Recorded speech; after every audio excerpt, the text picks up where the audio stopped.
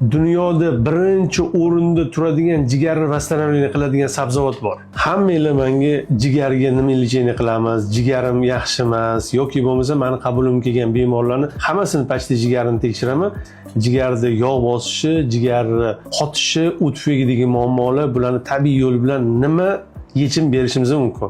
Bu o'sha sizlar kam iste'mol qiladigan qizil lavlagi. Qizil lavlagining farqi yo'q. Xohlasangiz sukini iching.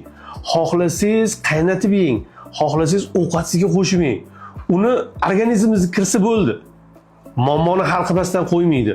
Siz haftada 2 mahal, 3 mahal ovqatga solib, har kuni ertalab sukini, oddiy sukini qaynamagan, xomini sukini ertalab nahoriga 100 gram ichishni boshlang.